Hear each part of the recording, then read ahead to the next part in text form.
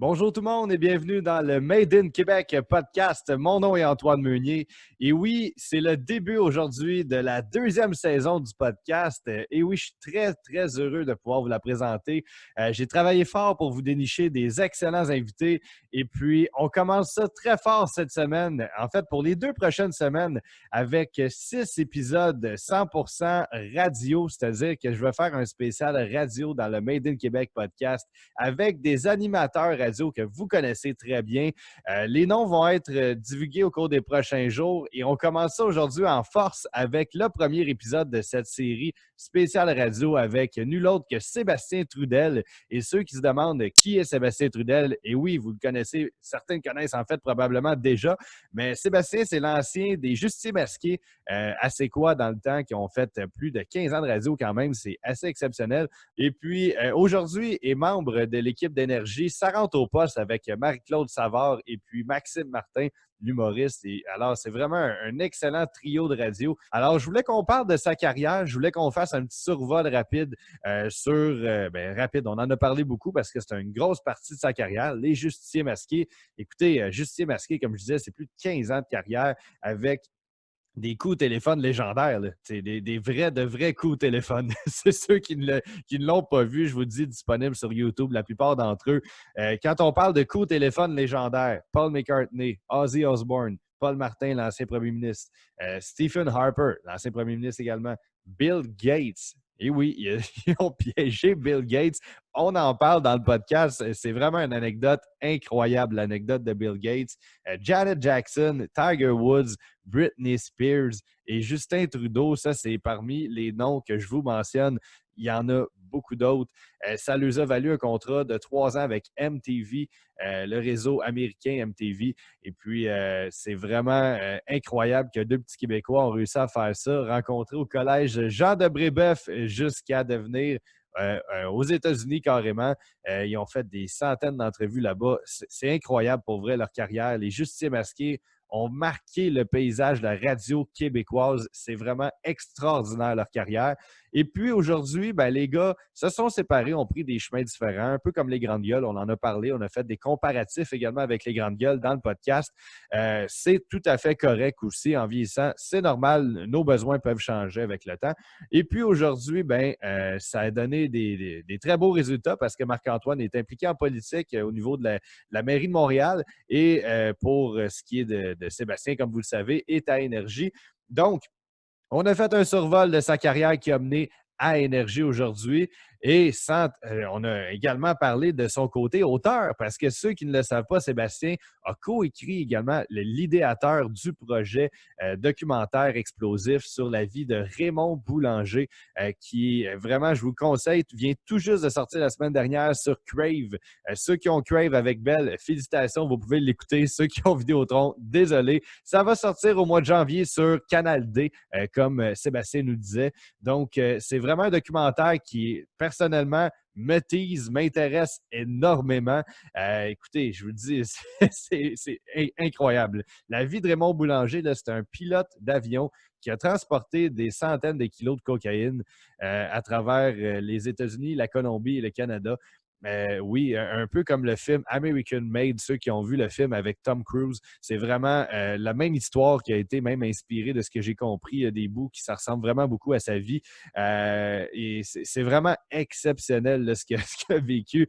Il a côtoyé de près Pablo Escobar. Et oui, le narcotrafiquant Pablo Escobar, ça a été un de ses principaux clients, employeurs, bref. Un contact qu'il avait à l'époque qui a travaillé en fait avec. Et également pour la CIA. Là, ceux qui vont dire c'est quoi le rapport avec la CIA? Ben oui, il a passé de la drogue pour la CIA aux États-Unis. En tout cas, vraiment, c'est incroyable comme histoire. C'est frustrant même à entendre, mais c'est un Québécois qui a réalisé ça, qui a fait 23 ans de prison quand même, dont 2 évasions. Rien de moindre. 23 ans. Aïe, aïe.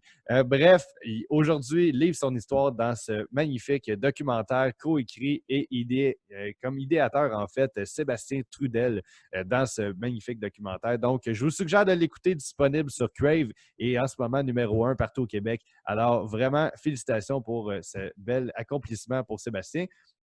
Et un livre également que j'ai très, très, très hâte de me procurer. Le livre Les folles histoires de la radio FM, à micro fermé, en fait, le titre. C'est incroyable. Ce livre-là m'intéresse tellement. On parle de l'époque, en fait, des années 70-80 jusqu'à mi-90 de la radio FM de Montréal. Ceux qui ont vu le film, en fait, Funky Town avec Patrick Huard, c'est un peu la même histoire, le même type d'histoire qu'on entend. C'est plusieurs anecdotes de différents animateurs radio à travers les années, jusqu'au grande gueule, justement, Mario Tessier qui a collaboré dans le livre, qui mentionne les meilleures anecdotes qu'ils ont vécues à travers leur carrière de radio dans la radio FM. En tout cas, ça m'a vraiment teasé ce que Sébastien nous a dit dans le podcast. Je vous conseille d'écouter ce bout-là. C'est à la fin du podcast qu'on en parle. Le livre va sortir, était prévu pour avril 2020. Naturellement, avec la pandémie, ça a été reporté. Et puis, pour l'instant, est prévu en octobre 2020. Donc, la sortie le 14, si j'ai une bonne mémoire, que Sébastien nous a dit. Alors, c'est un livre que j'ai très, très hâte de me procurer en tant que maniaque de radio, bien sûr. Et puis, tous ceux qui veulent suivre Sébastien chaque jour sur les ondes d'énergie, dans le retour, en fait, vous êtes dans le trafic, syntonisez 94.3 FM pour l'émission du retour avec Marie-Claude Savard, Sébastien Trudel et Maxime Martin. Alors, je vous souhaite une excellente écoute du podcast. Ça a été vraiment un épisode que j'ai adoré faire. Très, très sympathique, Sébastien, généreux du propos et énormément un gros merci à Sébastien de m'avoir donné du temps parce que ceux qui ne le savent pas, il a fini son émission à 5h50. À 6h30, on commençait le podcast et il y a eu le trafic entre-temps. Il n'a pas soupé, m'a offert 1h15, 1h30 de podcast quasiment. Vraiment, là, merci énormément à Sébastien pour cette générosité et tout son temps. Alors, je vous souhaite une excellente écoute pour ce premier épisode de la deuxième saison du Made in Québec podcast en compagnie de Sébastien Trudel.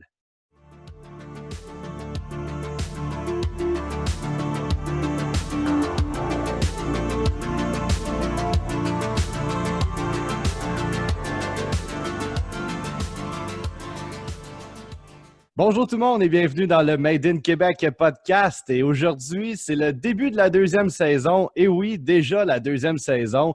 Quand même assez drôle parce que le podcast a débuté au mois de mai. Donc, ça fait plusieurs épisodes en peu de temps.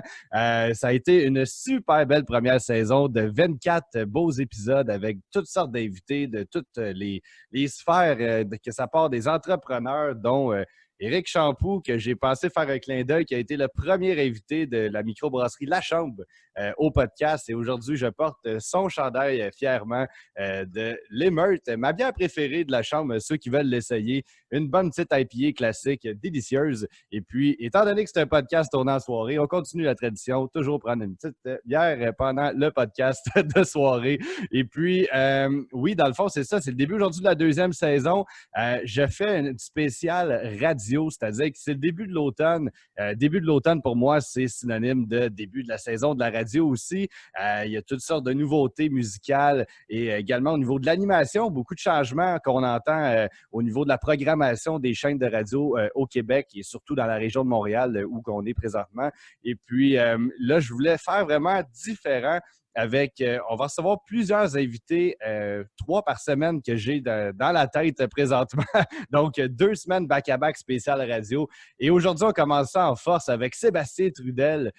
Oui, le Sébastien Trudel qui était dans Les Justiciers masqués, là de ça, plusieurs années, mais qui a quand même été pendant 15 ans avec les Justiciers masqués, qui nous a fait rire en masse, c'est le cas de le dire, durant beaucoup d'années, dans mon cas, au niveau de l'adolescence. Désolé si ça te vieillit, Sébastien, mais l'enfance et l'adolescence, j'ai eu beaucoup de plaisir à vous écouter et surtout, comme beaucoup d'autres Québécois, j'imagine.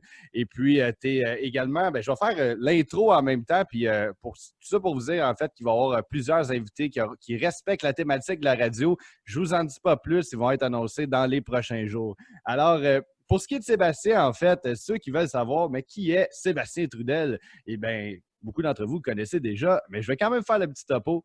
Alors, c'est un animateur de 94.3 Énergie, donc la station de radio du Grand Montréal, à l'émission Ça rentre au poste avec Marie-Claude Savard et Maxime Martin. Déjà depuis, je crois, 2018, qui sont ensemble, le trio, en fait. Ça a débuté au niveau de l'été, puis par la suite, ça s'est transporté au niveau de la saison principale, si on veut, au niveau de la radio. Donc, par la suite, en fait, auparavant, il a été, pendant 15 ans, comme je disais, co-animateur des Justiciers masqués avec Marc-Antoine Audette, qui a été un duo légendaire de la radio québécoise. Vraiment beaucoup de bons souvenirs. Également, le fils de Pierre Trudel, pour ceux qui sont un peu plus vieux ou plus jeunes comme moi, qui ont quand même entendu parler de Pierre Trudel par ses parents ou quoi que ce soit. Ça a été une légende de la radio également pour vraiment, il a pavé le pas, en fait, pour les autres dans sa profession et surtout pour son fils, j'imagine. On va en parler plus tard. Et puis, également, comme on a parlé avant le podcast Off the Record, Sébastien, également auteur, il a écrit à micro fermé un livre qui va paraître en octobre 2020, si tout va bien, bien sûr. On ne connaît pas la suite avec la pandémie, mais on se croise les doigts que tout fonctionne. C'est les folles histoires de la radio FM. Je vous dis, ça m'intéresse déjà juste par le titre. J'ai hâte d'en entendre parler davantage. Et également, il est co-auteur et également idéateur du documentaire explosif sur la vie de Raymond Boulanger. Là, il y en a plusieurs qui vont dire « Oui, ça me dit de quoi? J'ai entendu parler de ça. » Eh bien, c'est normal, c'est sur les ondes, en fait, sur Crave présentement, ceux qui n'ont pas Crave comme moi parce qu'ils sont avec Vidéotron. Et oui, la maudite guerre des postes et des grands câbleaux distributeurs. Malheureusement, on ne peut pas le voir, mais tous ceux qui ont accès à Crave, eh bien, allez voir ça. C'est la série numéro 1 présentement au Canada et puis au Québec.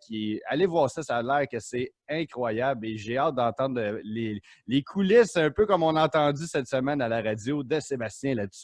Alors, oui, ceux qui veulent savoir les justiciers masqués, c'est quoi rapidement? Bien, écoutez, les justiciers masqués, c'est la réunion en fait de Sébastien Trudel, Marc-Antoine Audette, qui se sont rencontrés il y a de cela plusieurs années. On parle des années 90 au collège Jean de Brébeuf. Et puis, oui, ça fait déjà un bon bout de temps, mais ça a été le début d'une belle histoire. En secondaire 4, débute à la radio étudiante et par la suite à l'Université de Montréal, à la radio étudiante également, pour faire le saut à CKMF pendant plus de 3 ans et également à C'est quoi jusqu'en 2009 avant de faire un bref retour dans la radio C'est quoi Québec également jusqu'en 2015. Donc, ça a été une très longue épopée avec les justiciers masqués. Ceux qui se demandent, les justiciers masqués, c'était quoi un peu leur style? C'était des coups au téléphone légendaires. Quand on parle de coups au téléphone, là, pas des petits coups au téléphone qu'on fait à sa grand-mère, ils ont piégé nul autre que Ozzy Osbourne, Donald Trump, Nicolas Sarkozy, Paul Martin, Bill Gates, Janet Jackson, Tiger Woods, Britney Spears, Justin Trudeau. Écoutez, j'en passe. Là. Vous allez dire, c'est impossible. Oui, tout est disponible sur YouTube. Allez voir ça. Et je me suis rafraîchi la mémoire cette semaine et je riais. C'est vraiment exceptionnel comme coup de téléphone. Alors, c'est un long topo, mais fallait que je la présente comme du monde parce qu'il a une très belle carrière. Alors, merci beaucoup, Sébastien, d'être avec nous aujourd'hui. Ben, merci Antoine de l'invitation et bravo pour tes recherches. Je ne me souvenais plus de tout ça, fait que c'est impressionnant, honnêtement. Oui, des fois, ça fait du bien de se rafraîchir la mémoire et se rappeler des bons souvenirs. Sincèrement, je ne vois pas comment on peut oublier avoir fait un coup à Ozzy Osbourne ou Donald Trump, mais c'est sûr que ça fait du bien de s'en rappeler aussi. Oui, bien surtout ces deux-là. En plus, Trump, évidemment, il n'était pas encore président quand on l'a piégé, mais c'était quand même le personnage qu'on connaît aujourd'hui, malheureusement mieux. Et puis, Ouais. puis Ozzy Osbourne, lui, ça a été toute une affaire, alors que ça fait l'objet d'un épisode de la série des Osbourne et il a appelé le FBI qui d'ailleurs, tu parlais de mon livre, j'en parle un peu, parce que je révèle d'autres affaires. Ça nous a valu d'être sous écoute par la GRC pendant quelques mois. Voyons. Oui, c'était parce que lui, quand on lui a révélé que c'était un coup, il a entendu le mot Québec, puis là, Québec, sa seule association mentale, c'était les Hells Angels. Fait que lui, il s'est dit, les Hells veulent me tuer. Et donc, écoute, tu peux t'imaginer la suite, là, c'est la GRC qui débarque à la station, puis c'est vrai que ça peut mettre dans le trouble parce que, tu sais, on sait que la radio, que ce soit les justiciers masqués, les grandes gueules, vous aviez un humour qui était très percutant et c'est sûr que c'est vraiment drôle, mais il y a certains types d'humour aujourd'hui, surtout là, j'imagine pas les justiciers masqués en 2020 avec le fait qu'on peut plus rien dire quasiment en ondes. C'est sûr que ça peut mettre dans l'embarras si on veut, mais dans votre époque à vous, il y a sûrement eu comme on parlait avec Ozzy Osbourne, d'autres situations qui vous ont un peu mis dans le trouble, que ce soit avec vos patrons ou quoi que ce soit. Là. Oui, on s'est mis beaucoup dans le trouble. C'était un peu ça, mais je te dirais qu'aujourd'hui, ça ne durerait pas comme ça a duré parce que, comme tu l'as dit, effectivement, tout est vérifié, tout est. Je te dirais que dans le type de show que je fais aujourd'hui, on a une liberté totale. Sauf que dans un show d'humour où tu écris des sketchs, où tu dois vraiment arriver, à l'époque, c'était ça, à tous les jours. Maintenant, ça serait révisé par des avocats, ça serait pas comme c'était à l'époque. Même chose pour les grandes gueules. J'en ai jasé avec les gars des grandes gueules, puis eux autres aussi se disaient, ça serait plus ou moins plaisant, disons, dans le contexte actuel. Là, parce que la moindre petite affaire que tu dis est ressortie, c'est là, tu as les réseaux sociaux. Nous, on a eu la chance oui, tu avais Facebook et tout ça, mais tu n'avais pas tous les indignés, finalement. Qui vont sortir une phrase, puis vont faire c'est épouvantable, ça n'a pas de bon sens. Fait que c'était une belle époque pour ça. Je suis content de l'avoir vécu, honnêtement. Ben, au moins, la bonne nouvelle, c'est que ceux qui se demandent comment je vais faire pour écouter ça, s'ils ne sont pas tous sur YouTube, il y a les disques encore qui se vendent. J'en ai quelques-uns, puis c'est... Ah oui? Oui, c'est une mine d'or, ces disques-là, puis j'ai réécoute constamment dans des road trips. Écoute, c'est vraiment... ça s'écoute naturellement, et puis il y a plusieurs de ces coups-là, d'ailleurs, qui étaient sur ces CD-là. On pense à Ozzy Osbourne, qui, écoute, il marchait tout le long, on comprenait à moitié ce qu'il disait, mais c'était très drôle de voir la rapidité, en fait, que vous pensiez à reprendre la balle au bon, comme on dit, puis de tout de suite répliquer en disant je ne sais plus, je pense que vous parlez de son chien en français à un moment donné, puis rapidement, pour revenir en anglais, il voyait qu'il y a du feu, en fait, mais c'est Ozzy Osbourne. Oui. Puis c'était d'autres défis. Ozzy, c'est ça. C'est parce qu'en fait, Ozzy nous a un peu pris à notre propre jeu parce qu'on ne comprenait pas ce qu'il disait. Fait que, t'as beau parler anglais, là, c'était comme on ne comprenait pas un mot, puis je me souviens que je parlais à Marc-Antoine de l'autre côté de la vitre, puis je disais qu'est-ce qu'on fait? Parce qu'on avait un truc de prévu, puis là, finalement, écoute, c'est viré en grand n'importe quoi, mais il y a eu quelques coups comme ça qui ont été marquants. Paul McCartney, notamment, moi, c'est une idole. C'est incroyable. Paul McCartney, c'est fou. Il y a lui puis Elvis. Pour moi, Elvis, évidemment, était plus difficile à rejoindre, mais légèrement. Ça. Mais Paul McCartney, ça a été ça. Il parlait en parole de chansons des Beatles tout le long. Aïe, aïe. Puis quand c'est jamais rendu compte? Il s'en est rendu compte au bout de 5 minutes, mais là, il a dit que c'était un gang, tout ça. Puis là, tout de suite, il dit je vais vous poursuivre, mes petits Chris. Puis en anglais, c'est You Little Fox. Puis là, moi, écoute, je suis venu blanc. J'ai fait comme OK, je viens d'insulter mon idole. Qui veut me poursuivre en plus, puis ma vie est finie. Et finalement, il a laissé une pause, puis il a fait je viens de vous piéger. Fait que, c'est un coup parfait pour nous. Là. Vous êtes fait piéger à votre propre jeu, puis c'est encore mieux, on dirait, de se faire piéger par son idole en plus. C'est encore. Wow, incroyable, parce qu'il y avait les moyens de vous poursuivre légèrement. Oui, effectivement. Mais là, ce qui est étonnant, c'est que la loi nous a toujours protégés. Au Canada, la loi dit que si une des deux personnes est au courant que la conversation est enregistrée, tu as le droit de la diffuser en ondes. Donc, même pour des coups à des, à des gens qui n'étaient pas connus, comme on a fait beaucoup, puis qu'on avait beaucoup de fun à faire, dans le fond. Des coups à des gens connus, ça faisait des gros stuns, c'était cool. Puis, tu rejoins quelqu'un, mais le défi, c'est de te rendre jusqu'à la personne, puis après ça, tu as un one-shot pour qu'il se passe quelque chose. Exact. Mais des coups à des gens qu'on appelait au hasard, ça, c'était vraiment le fun qu'on avait. C'est là qu'on avait le plus de fun parce que là, tu peux recommencer, tu as un plan en tête, puis si ça ne marche pas, tu appelles quelqu'un d'autre. Puis, écoute, j'ai calculé, c'est à peu près 3000 en 15 ans. C'est beaucoup. Hey, c'est quelque chose. Mais moi, ce qui me fascine le plus dans tout ça, c'est que là, on parle de deux petits Québécois là, du collège Jean de Brébeuf qui réussissent à piéger des gros noms comme ça. Tu sais, comment qu'on fait pour... Je sais que je veux pas que tu me dévoiles tes secrets parce qu'il y a certaines choses qui pourraient vous mettre dans le trouble aujourd'hui, mais c'est quand même d'avoir le numéro de téléphone de Tiger Woods, Britney Spears, Justin Trudeau, tout ça. Tu sais, Justin Trudeau, c'était avant Donald Trump aussi qu'il soit président, premier ministre, mais quand même, c'est des vedettes, c'est des personnalités ultra connues, bien pas au Québec, là, on parle d'international. Comment que deux Québécois peuvent réussir à se trouver des contacts ou à... C'est fou, là. C'était beaucoup de travail de bullshit, si je suis très honnête, parce qu'en fait, tu n'as jamais le numéro de téléphone direct. Je pense que c'est jamais arrivé.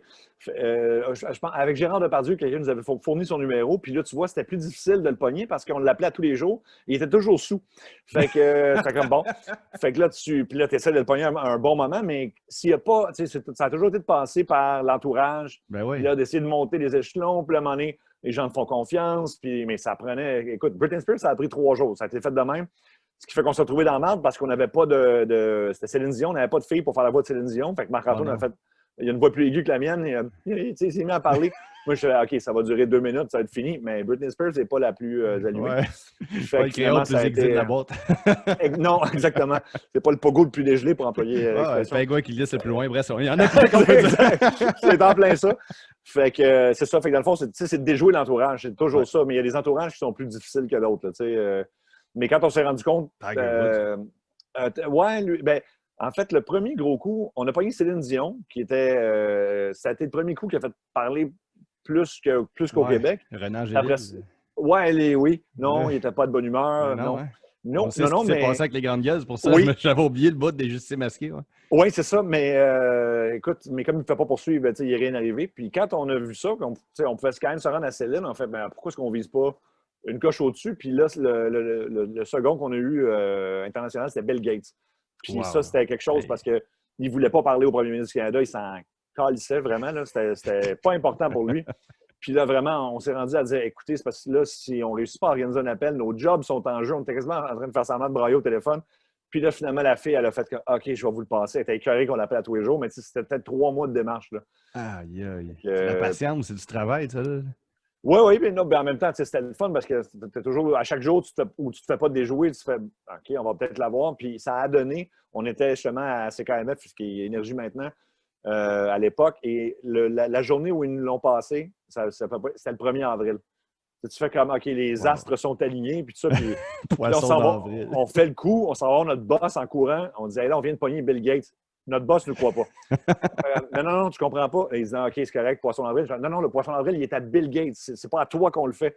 Et là, il vient écouter, il réalise ça. On met ça à l'époque sur le. C'était en 2001, peut-être 2002, je pense. Début de l'Internet. Oui, c'est ça. On met ça sur le site de Radio Énergie. Et là, CNN reprend la nouvelle, mais ils mettent un lien vers le site d'Énergie qui a été hors service pendant 1 semaine à cause de ça.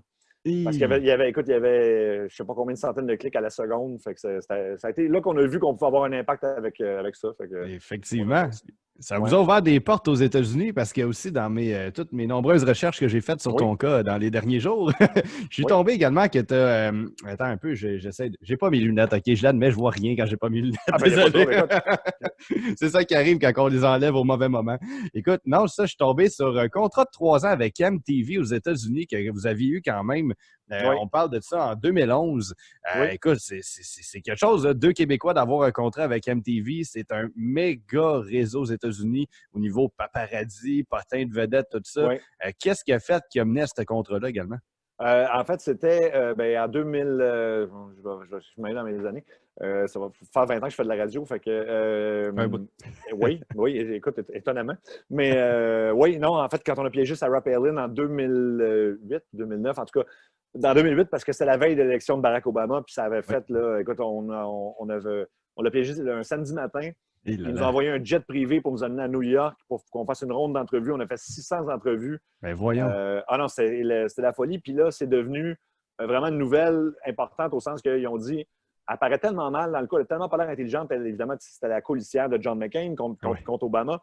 Puis là, c'est le lundi, on est revenu faire notre show à C'est quoi à l'époque en jet, en avion. Moi, j'ai peur d'avion en plus, il faut que je prenne des médicaments, fait que je n'étais pas toute là. Puis, bref, on fait le show en ondes. Et quand je reviens chez nous, je mets ça à CNN, c'est Anderson Cooper à l'époque. Et là, il fait son show en disant, il compare notre coup à Britney Spears, à notre coup à Sarah Palin pour dire laquelle a l'air, sans dire le mot intelligente, là, parce que, bon, c'est des journalistes, là. Mais, et là, je pitonne à d'autres postes de nouvelles américains, MSNBC, même Fox News. Écoute, c'était partout. Puis, et là, il est en train de remettre en question sa compétence.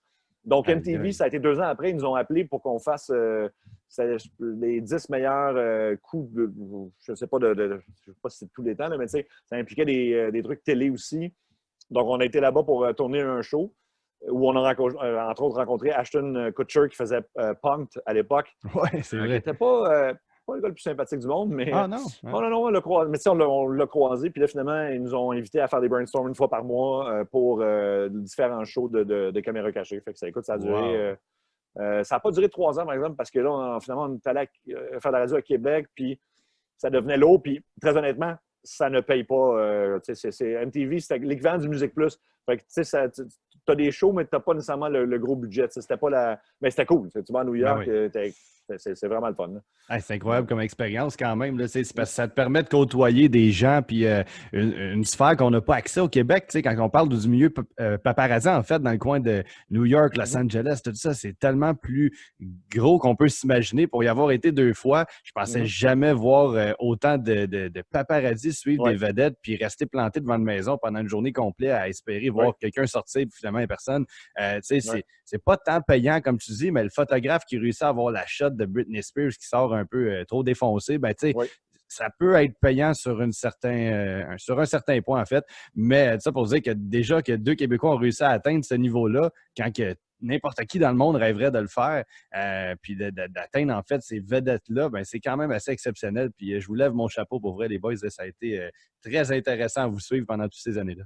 T'es bien gentil, écoute. Puis, en fait, ce qui a été plus payant, c'était au niveau radiophonique, parce que comme la loi n'est pas pareille aux États-Unis, tu as besoin de la permission de la vedette pour diffuser un coup.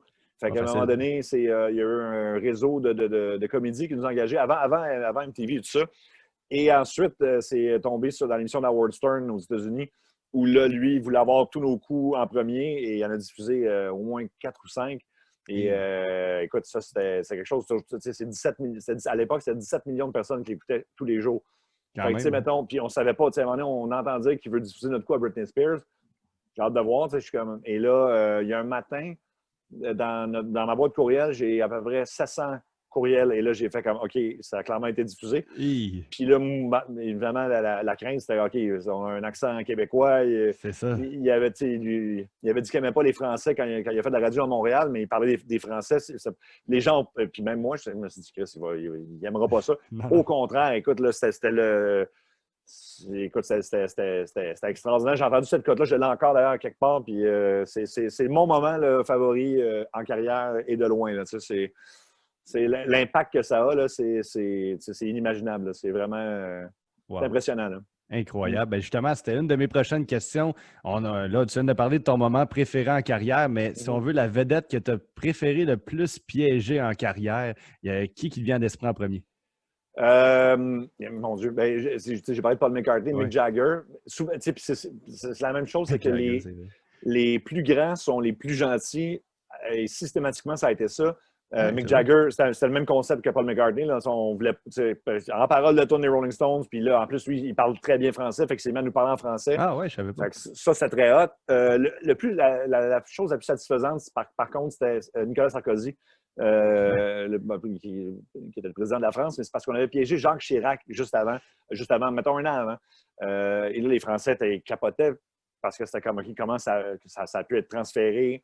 On s'entend qu'ils ont des services secrets importants, la France. Ben oui. Puis on est parti de la réception là, de l'Élysée pour se rendre jusqu'à lui et ça s'est fait en 20 minutes. Un coup de lock, là, clairement. Et là, lui, hyper fin et tout ça. Et là, tous les Français avec qui on a fait des centaines d'entrevues, c'était comme, bravo, mais vous ne ferez jamais ça. Oubliez ça, maintenant, c'est fini. Et la première journée que Sarkozy a été élu, on l'a eu la première journée. Et là, c'était juste satisfaisant parce que quand tu te faisais, écoute, tu ne seras plus jamais capable de faire ça. C'est juste le défi de le faire. Incroyable. Wow! Ouais. C'est sûr que c'est comme on le sait que ça peut être stressant aussi, ces coups-là. Il y a lequel coup qui vous a le plus, je peux dire, stressé, énervé juste avant de le faire, puis vous êtes, écoute, ça se fera pas, ça se fera pas. Là, c'est quelques minutes avant l'enregistrement, là, puis vous en tremblez, mettons. Là. Y a-t-il un qui vient en tête? C'était un peu tout comme ça. Je veux dire, Marc-Antoine, lui, en plus, c'était le genre de gars qui était malade dans une poubelle avant. Là, OK, Puis moi, j'étais un gars stressé aussi. Fait que, ça a toujours été très... en fait, tous les coups ont été stressants, peu importe qui, je te dirais. À un moment donné, là où on a eu de la pression, c'est quand on est... parce qu'on a arrêté la radio puis on est allé faire un show de TV à Télé-Québec dont on n'est pas obligé de parler. Ah oui, je l'avais noté. On peut en parler si tu veux. Mais tu sais, on est passé d'avoir du fun à la radio à avoir un show de TV à écrire où tu te fais checker par 4 avocats différents. Et où tous tes gags sont coupés, puis là, t'es comme, OK, fait que là, il faut livrer un show d'une demi-heure, mais on n'a plus de gags. Non, c'est ça. Non. Puis là, donc, quand on a eu l'offre à Québec, on voulait vraiment retourner à la radio. Puis là, on est allé, puis écoute, Québec, c'est un marché de radio qui est extraordinaire. Oui. C'est local, puis la radio là-bas, les gens ont vraiment ils t'accordent de l'importance, c'est ce qui est vraiment cool. Là, La radio parlée fonctionne bien là-bas aussi. Là. Oui, absolument. Mais la radio parlée, justement, nous a attaqués en partant. La radio parlée, puis peut-être même une couple de personnes dans les journaux en disant ils ne pourront plus refaire de coups comme ils ont fait. On avait arrêté depuis 2 ans. Ça n'arrivera plus. Là, on entend dire, en plus, première semaine, on entend dire par quelqu'un que le maire à la bombe se vante, que jamais il va se faire pogner par nous autres. Puis là, on est Trop comme. tentant. Là, on est comme craqué, puis on est comme, OK, là, on va leur montrer, Chris, là, parce que ça ne marchera pas. Là. Puis ça ne tentait plus tant que ça de faire des grosses personnalités, mais la première semaine, le maire à la bombe était justement booké dans les grandes gueules le mardi. Oh non. Qui faisait un show en direct de Québec. Nous, on était à Québec. Et là, on a fait, regarde, il faut jouer le tout pour le tout. On a appelé pour dire que la ligne dans le restaurant ne fonctionnait pas, qu'il ne fallait pas que la mère se déplace, il fallait qu'il fasse ça par téléphone. Mais évidemment, on lui donne le numéro de la ligne privée dans notre studio. Et là, on fait le show des grandes gueules à la place des grandes gueules. Incroyable. Mais tout ça se passe live. Et puis, donc, on pogne la main à la bombe. Et là, le lendemain, on n'est pas content. Fait qu'on dit non, il faut leur montrer qu'on peut pogner des personnalités. Et on a pogné Stephen Harper le lendemain. Et 15 minutes après Stephen Harper, Ban Ki-moon, le président de l'ONU, est en réunion avec Barack Obama. On a fait interrompre la réunion pour le sortir de là pour qu'il parle à un faux Stephen Harper, justement. Fait que 3 back-to-back, là, disons que les critiques ont arrêté au niveau de ce qu'on est plus capable. Là. C'était un moment satisfaisant, disons, je te dirais. Ben oui, exact. Puis c'est sûr qu'il y a sûrement beaucoup de gens qui vous ont parlé à quand un retour des Justiciers masqués. On en a parlé un peu au début, que ça va être difficile compte tenu du 2020. Là, on n'a plus le droit de dire grand-chose. Puis surtout que Marc-Antoine a pris une autre voie de son côté. Oui. Toi aussi, maintenant, tu as des nouveaux projets. Est-ce que c'est quelque chose qui, des fois, vous en reparlez sûrement les deux étant des bons amis, est-ce que c'est quelque chose qui peut vous trotter dans la tête, dire des fois, après une bière un soir, hey, il me semble que ça serait le fun à un moment donné, ou je te un jour, on ne sait pas. Écoute, ça me surprendrait beaucoup, pour être honnête, parce que Marc-Antoine, lui, c'est un peu un accident que tout ça soit arrivé. Lui, il a toujours voulu s'impliquer en politique. Oui, là, il est attaché de presse à la Ville de Montréal, puis oui. C'est toujours le domaine qui l'a passionné. Puis moi, zéro. Là. Moi, c'est la radio depuis l'âge de 5 ans. J'ai jamais voulu faire autre chose dans la vie. Fait qu'on s'était dit au départ, on fera 2 ans. On fera... Puis finalement, à un moment donné, ça dure. Fait que tu continues. Puis fait que ça me surprendrait. Est-ce que les coups au téléphone, c'est-tu hors de question? Non, dans le sens que moi, souvent, à un moment donné, je vais aller les journaux, je vais être comme Colin. Je vais avoir un petit moment où je commence. Ça me démange un peu, là, mais pas encore au point de faire des démarches. Mais est-ce que ça va réarriver? Écoute, probablement qu'à un moment donné, oui. Là.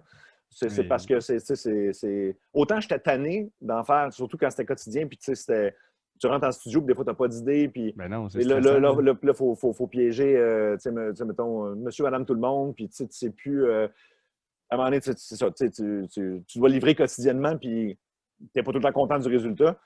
Autant là, je te dirais que des fois, ça peut me manquer un peu. Exact, mais en même temps, j'ai écouté beaucoup d'entrevues justement entre les grandes gueules parce qu'on a souvent fait la comparaison entre les grandes gueules et les justiciers masqués. Vous étiez à 2 époques, surtout à 2 radios très compétiteurs, si on veut, Énergie et C'est quoi. Toi, à l'époque, tu étais à C'est quoi. Et puis, on s'entend qu'il y a souvent eu c'est un peu malheureux, je te dirais, tout ça, parce que nous, on a commencé à Énergie en l'an 2000. Et on a 10 ans de moins que les grandes gueules. Puis je dis ça très. C'est pas une question d'âge. C'est juste qu'eux, dans le fond, ils faisaient 32 semaines par année. Puis on faisait 20 semaines par année dans leur show. Puis là, à un moment donné, oui, puis ils nous demandaient de faire des personnages. Nous, on n'avait jamais fait de personnages. Pas les grandes gueules, mais les patrons. À un moment donné, ça a été comme ah, OK, fait qu'il faut inventer des personnages. Puis c'était pas nécessairement ce qu'on préférait. En fait, très honnêtement, c'était pas ça qu'on préférait du tout. Nous, on aimait mieux le ad-lib puis les coups. Mais on a fait comme nos boss nous demandaient. Puis là-dedans, les grandes gueules nous ont... c'était comme nos grands frères là, à la station. C'était vraiment... ils venaient tester leur gag sur nous autres. Puis nous autres, on testait timidement là, en disant « Pensez-vous que ça se correct? » Fait que ça a été de même pendant 3 ans où c'était vraiment cool. Puis là, à un moment donné, ben, c'est ça. On a eu une offre de C'est quoi qu'on ne pouvait pas refuser. Puis c'était ça.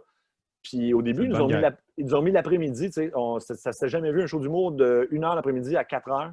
Oui, c'est bizarre. C'était très bizarre. Puis tout le monde disait que c'était une mauvaise idée. Mais on est tombé numéro 1 l'après-midi. Wow. Puis là, au lieu de nous laisser là, parce que les gens pouvaient nous écouter nous autres puis écouter les grandes gueules après, ce qui était comme parfait.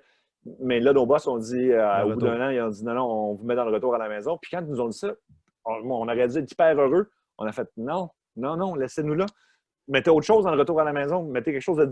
Puis là, on s'est retrouvés forcément, comme malgré nous, en compétition. Puis, c'était à l'époque où les compétitions, c'était pas élégant, la compétition radio. Là, les couteaux pouvaient voler bas. C'est un peu ça qui est arrivé. Puis, c'est un peu plate. oui, moi, j'étais pas content. On avait de la pression des boss de là. Faut lire les. S'il y a des courriels qui rentrent, j'écoutais les grandes gueules, je les écoute plus. Faites-le. Puis nous, on voulait pas embarquer là-dedans, mais zéro. Puis, écoute, mais tu sais, c'est deux gars que j'ai revus. J'ai travaillé avec Mario Tessier, en fait, qui est venu remplacer Maxime Martin Ah oui, il y a 2 étés. Puis, tu sais, ça a c'est été vrai, une je m'en rappelle. expérience écœurante. C'était comme. Tu sais, c'était impensable. Je veux dire, jusqu'à un moment donné, il cherchait quelqu'un pour remplacer. Mais je dis, ben, Mario Tessier, il serait-tu disponible? Puis ils m'ont dit, ça ne Franchement. marchera pas. Là, tu sais. Ben, pourquoi? Appelez-le, bon. Ah ouais. On se jasait, on s'était revus, puis on s'était jasé, puis c'était bien. C'était redevenu très amical. Là, Ouais, ça n'a jamais c'est pas été. vous qui a exigé ça non plus. C'est pas vous qui a Non. créé cette compétition-là. C'est une compétition. C'est un peu d'imaginer à l'époque Michel Bergeron coacher le Oui. Canadien, ça aurait été impossible. Oui. Mais tu sais, c'est pas. Il détestait pas le Canadien, c'était pas qu'il avait été avec les Nordiques. C'était un peu par le fait même, ça a devenu comme ça. Puis dans votre cas, vous, on a vu la rivalité, puis en même temps, aujourd'hui, comme vous avez gardé une très, très bonne connexion entre Mario Tessier et vous, tout ça, puis tant mieux, et José Godet aussi. Mais en même temps, je me dis, on a vu que les deux se sont séparés. José Godet, Mario Tessier également se sont séparés. Vous deux également avec Marc-Antoine Odette. Ça a été, on sait que les duos, qui restent longtemps ensemble. Je pense au Denis Drolet aussi. Je me dis, on dirait qu'on ne les imagine pas se séparer un jour. J'imagine dans votre tête à vous, vous voyant chaque jour la même personne travailler des nombreuses heures.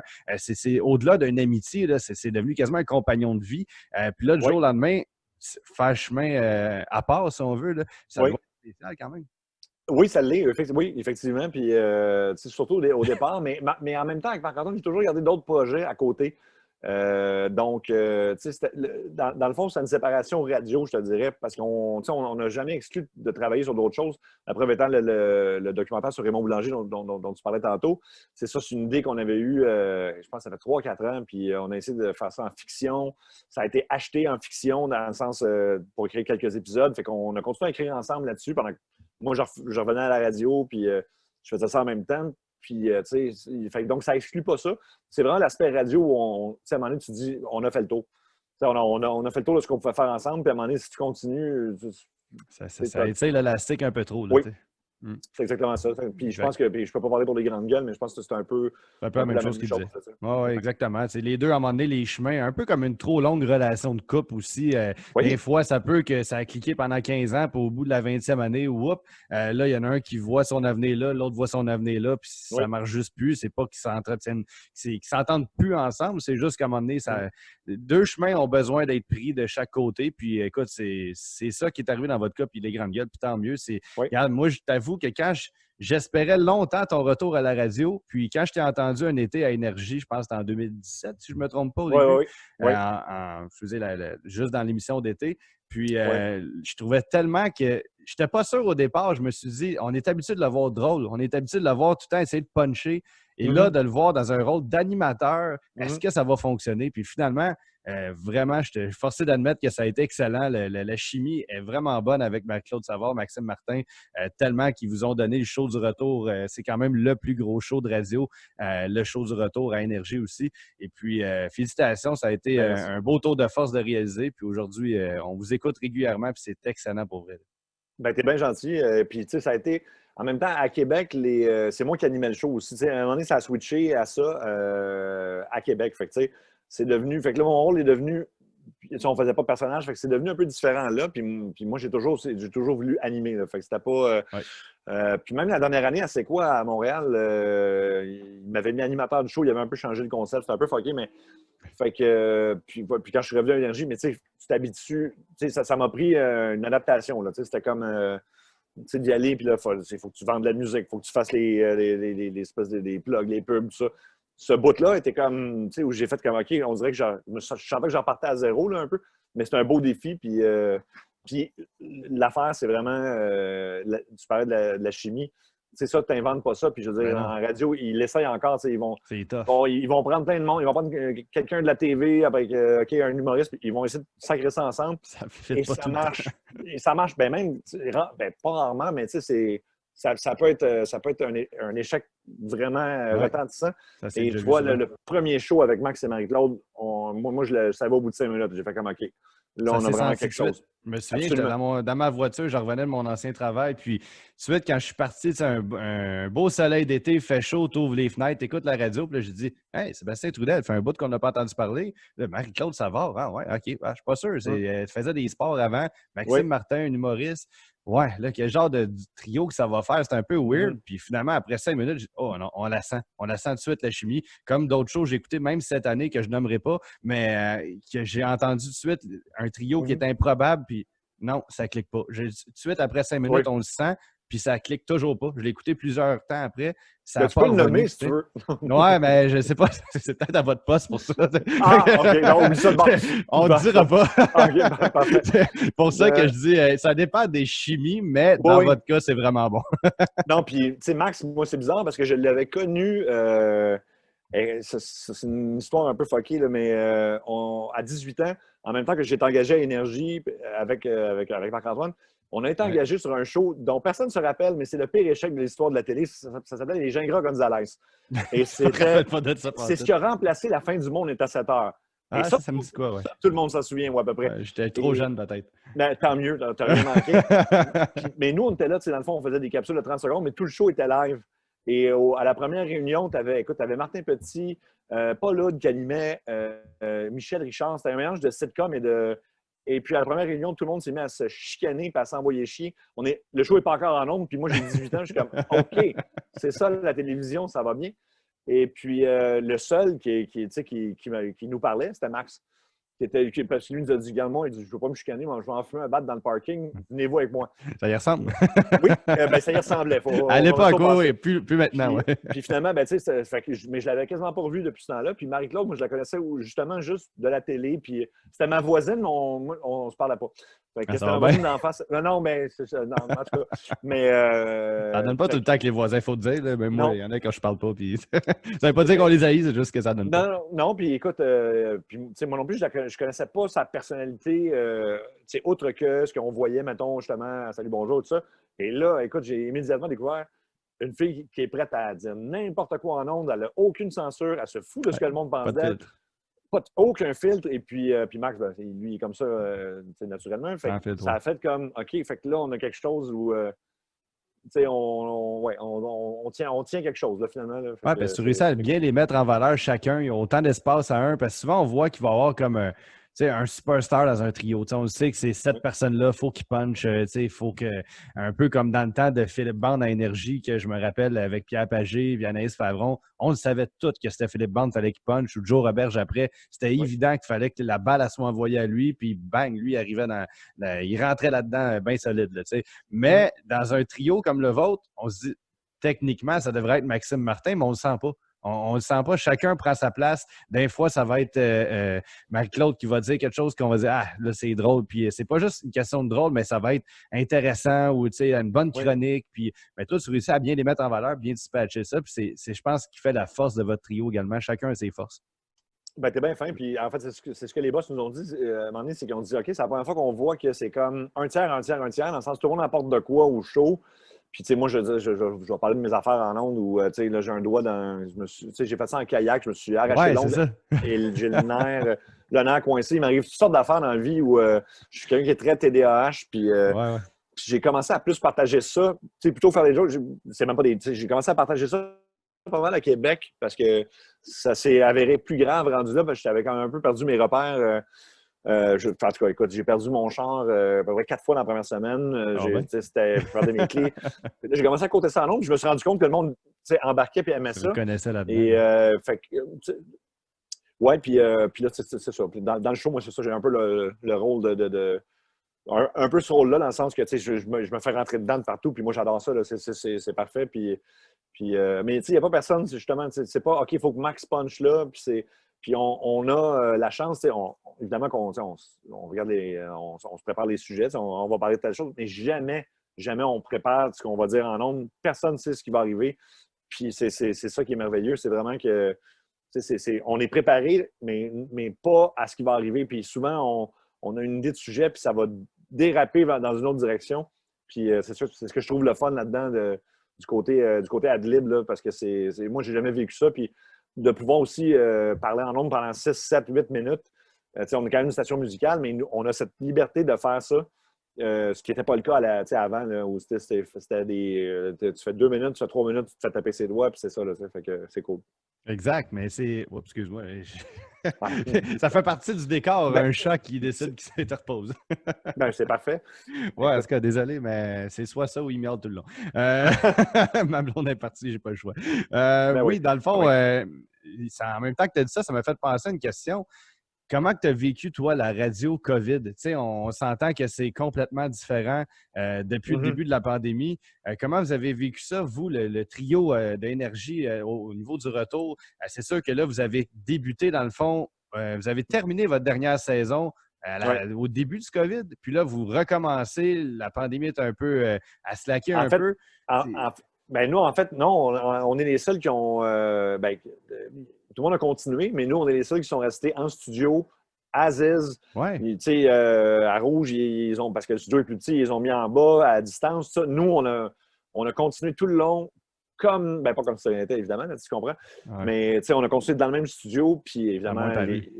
Oui, c'est exactement ça. Fait que ça n'a pas changé. Puis au contraire, ça nous a motivés pour les idées. On arrivait avec des trucs. OK, on va faire des shows à des artistes sur le balcon. Puis ce qui a fait qu'on a été le show le plus viral, mais même pas au Canada. En Amérique du Nord, ils l'ont calculé. C'est pas moi qui dis ça, là, mais ils ont calculé ça parce qu'on avait des 600 000 vues par vidéo. Puis on en postait à tous les jours. Et bon, puis moi, ça a été tough parce que moi, je suis hypochondriaque à côté. Là, en temps normal, j'ai peur de toucher au poignet de porte normalement. Fait que là, je peux te dire qu'au départ, sortir de chez nous, c'était tough. J'étais comme OK. Fait que là, je m'en vais à la radio. Fait que là, moi le masque, je le porte depuis longtemps en Christ. Là. Puis j'avais des gants, j'avais tout. Puis au début, ils me regardaient comme les deux jours. Puis genre, il n'était pas sûr que je suis allé toffer. C'était comme parce que c'était très anxiogène, épouvantable. Mais le fait de pouvoir justement de ne pas être confiné, puis de pas. Ça nous a permis de garder notre show comme ça, puis de bâtir justement, puis en fait, de bâtir un public fidèle, qui nous a découvert peut-être par Facebook, par justement des moyens de promo non traditionnels, puis qui ont commencé à nous écouter de la maison, non pas dans leur chambre. Fait que, ce qui fait que là, en ce moment, je pense qu'on récolte les fruits de vos efforts. Exactement, excuse-moi, je cherchais mon expression. Oui, parce qu'il y a des. Là, on a évidemment, à la radio, maintenant, tu as les résultats tous les jours. Des fois, les boss ne veulent pas te les donner, ça, c'est pas bon signe. Quand tu es là tous les jours, c'est parce que ça va très bien. Ça va bien, oui. Puis ça va bien, ça va vraiment très bien. Fait que c'est cool. Ça a été une période vraiment weird, par exemple. J'ai vécu le 11 septembre à ma première semaine en ondes. Non, c'est pas vrai. C'était la première saison en ondes à Énergie en 2001. On faisait de 9h à minuit. On commence le 3 septembre. Et là, évidemment, il arrive les attentats. Et là, c'est comme, OK, est-ce qu'on fait des jokes? On peut-tu faire des jokes? On peut plus faire de jokes? Mon Dieu. Ça a été weird, mais ça a duré, il y a eu 2 semaines, mettons, où c'était... Mais la pandémie, c'est une autre affaire. Oui, parce que l'inspiration est moins là. J'écoutais des humoristes qui disaient que, comme Maxime Martin, justement, c'est pas évident d'essayer de créer un gag, des jokes en période de COVID. C'est bien beau que tu essaies d'être inspiré. Là, c'est peut-être un petit peu mieux, là, mais au début, quand on était dans le confinement, sur quoi tu te bases, là, sur la gaffe que ton petit a faite, sur toi qui s'est coincé le doigt dans la porte? Comment tu fais pour créer des situations drôles, surtout un humoriste à la radio? À chaque jour, il faut que tu aies l'inspiration. Et là, l'inspiration que le COVID a droppé sur un temps, c'est le cas de dire. C'est parce que, écoute, il n'y avait pas d'autres nouvelles. Fait que là, nous autres, quand même, on se base souvent sur des nouvelles pour partir. Là, tu n'as rien d'autre. Fait qu'on fait OK. Puis le pire, c'est 2 jours avant que tout le monde soit confiné et tout ça. Marc-Claude est plugué partout. C'est hallucinant. Elle avait eu des infos comme quoi il y a quelque chose qui s'en venait d'un top médecin, en tout cas. Wow. Puis moi, je suivais ça à la télé américaine. Puis moi aussi, j'étais inquiet. Puis là, quand Marc-Claude est rentrée en studio, elle a dit honnêtement, ça va chier. Là. Ça va vraiment, ça s'en vient là. Puis on est rentré en ondes en disant OK, moi j'ai répété ce que Marc-Claude me disait. J'ai dit on pense vraiment que ça va être quelque chose. Puis là, tu avais des auditeurs qui textaient en disant faut pas arrêter de faire paniquer le monde, ça. Puis ce qui est normal, là, tu sais. Mais puis 2 jours après, là, c'était confinement, François Legault qui fait la conférence quotidienne. Fait qu'on s'est débrouillé avec ça, mais en faisant des jeux, en faisant tout pour genre divertir les gens et ne pas parler que de ça. Puis là, encore aujourd'hui, tu vois, c'est ça qui, je pense, est à notre avantage. Oui, ça existe, on va en parler, mais on ne fera pas. Après la pause, la deuxième vague s'en vient, selon ce que des radios font, qu'on nommera pas, Ouais. où on entend juste parler de ça encore. Puis là, Ça devient lourd, là. On est ben, tanné. Ouais. Puis, ouais, les gens, ça paraît. Je te dirais que ça paraît dans les chiffres qu'on a de code d'écoute. C'est que là, à un moment donné, on sait tout là, que ça se peut que ça arrive, mais si tu fais juste parler de ça, à un moment donné, tu vas perdre du monde qui vont faire comme, regarde, on le sait ce que c'est, on l'a vécu une fois, puis on ne veut pas juste entendre parler de. Il faut qu'il y ait d'autres sujets, il faut qu'il y ait du divertissement quelque part. Là. Exactement. Puis c'est à ça que ça sert la radio, changer les idées aussi, puis laisser libérer un peu le stress de la journée de travail. Vous êtes dans le retour en plus, les gens finissent de travailler une journée et l'autre, surtout avec le masque obligatoire. Tu portes un masque toute la journée et là, tu arrives dans ton char, tu as besoin de libérer un peu. Tu as d'un fois 1h30, 2 heures de trafic. Puis, de te faire parler de COVID, j'imagine qu'en tout cas, personnellement, je n'ai pas envie de ça. Fait que je me dis, il doit y en avoir d'autres comme moi qui ont envie de se faire changer un peu les idées. Ben moi, je pense toujours à la personne dans son char, justement, qui vient de faire sa journée de travail, qui là, parce que là, le trafic est revenu à 100 ouais, qui doit se taper le trafic, puis je me dis, cette personne-là, c'est sûr qu'elle veut décrocher, là. C'est sûr qu'elle. Puis c'est correct, on a des bulletins d'information, tout ça, mais c'est sûr que cette personne-là ne veut pas entendre 2 heures de stress supplémentaire avant d'arriver à la maison, de faire le souper pour les enfants, ou peu importe. Fait qu'on est dans ce thinking-là, puis on va le rester parce que je pense que c'est nécessaire en ce moment-là. Exact. Mais écoute, gardez le cap pour vrai parce que vous réussissez très bien votre mission jusqu'à date. Merci beaucoup. Merci. On va changer complètement de sphère, si on veut, de discussion de quoi qu'on parlait. Oui. Le sujet, en fait, que je voulais aborder, c'est qu'on sait que, parce que moi, je l'ai appris à travers mes recherches. Je l'avais appris, en fait, dans le passé, mais je n'étais pas certain de mes informations, qui était le fils de Pierre Trudel, qui a fait de la radio dans le temps à CKAC également. Oui. Au niveau radio parlé, ça a été vraiment un des premiers à apporter cette petite touche-là au niveau de la radio. Et toi, en fait, étant le fils de Pierre Trudel, est-ce que tu as toujours senti un peu pas cette pression-là de faire comme papa, mais de dire est-ce que les gens vont me comparer quand tu as voulu faire de la radio? Est-ce que ça t'a apporté un stress supplémentaire ou d'un sens, ça a toujours été ton plan de match? En fin de compte, c'est que mon père m'a apporté en studio, c'est ça, dès l'âge de. En fait, j'étais bébé. Mes premiers souvenirs, c'est vers 5-6 ans. Puis je me souviens très bien que j'ai dit, moi, c'est ça que je veux faire dans la vie. Par contre, je suis zéro un gars de sport. Je ne connais pas le sport. Fait que, moi, je voyais aller mon père, mais c'était pas ça que je voulais faire. Moi, c'était le médium qui m'intéressait. Puis, puis j'ai jamais pensé à rien faire d'autre. Puis, en même temps, mon père n'a jamais pu m'aider pour ma carrière parce que, c'est deux affaires complètement différentes. Fait que, ça a été une inspiration. Puis, je veux dire, ça l'est toujours aujourd'hui. Puis, il a fait... C'est lui qui détient le record l'animateur qui a fait le plus longtemps de ligne ouverte. Fait qu'il a fait ça pendant 47 ans. Là, incroyable. Sauf que j'ai appris de lui au sens, en le regardant travailler, son contact avec les auditeurs, puis il a toujours respecté l'auditeur qui appelle. Puis je veux dire, c'est d'être très, très proche de l'auditoire et tout ça. C'est un gars qui a toujours été humble, tout ça. Fait que moi, j'ai pris ces valeurs-là. Puis à un moment donné, j'ai dit, je veux faire de la radio. Puis il m'a dit, c'est pas un job qui est facile. Puis c'est pas facile. Ça n'a pas été facile. On était à l'Université de Montréal, à CISM, quand on a commencé. Puis c'est quand même une radio qui est diffusée partout à Montréal. Là, tu la pognes au 89.3, pas mal partout sur l'île. Sauf que il nous avait donné un show d'affaires public. On s'est mis à faire un show d'humour. Il était en tabarnak après nous autres, puis il voulait le mettre dehors. Mais on a continué parce qu'il y avait quand même un certain... On avait du feedback même à l'époque. Mais tu sais, on envoyait systématiquement chaque semaine un CD de nos meilleurs moments au Buzz Énergie et au Buzz de C'est quoi. C'était votre but. Et on les appelait après ça, on disait, en fait, ils ne répondaient pas. Avez-vous reçu notre CD cette semaine? Rappelez-nous. Écoute, ça ne rappelait pas. Ça a duré comme ça pendant 1 an et demi, jusqu'à temps que la même semaine, André Saint-Amand, qui est boss de C'est quoi, qui est une légende de la radio, qui est le gars qui a découvert François Pérusse, Normand Bratheux, tout ça, nous appelle en même temps qu'Énergie, la même semaine. Écoute, là, on est comme, OK. Et là, on a signé un contrat à C'est quoi pour faire un show le week-end. Et je te jure, en sortant de C'est quoi à Verdun à l'époque, on reçoit un appel d'énergie qui nous dit « Venez-vous-en tout de suite, Ben on non. peut vous rencontrer. » Puis là, moi, je dis « Ben, on vient de signer, c'est quoi? » Ils disent « Ah, on s'en fout, on va s'arranger. » On s'en va à Énergie. Et là, ils nous ont, écoute, c'était quelque chose, là. Ils nous ont enfermés dans une pièce. Ils nous ont commandé du Saint-Hubert. Puis là, ils nous ont dit « Vous ne sortez pas d'ici tant que vous n'avez pas signé avec nous autres aussi. » Et en cave de 18 ans, on a signé 2 contrats en même temps. Aïe, aïe, aïe. Fait que ça a été, ouais.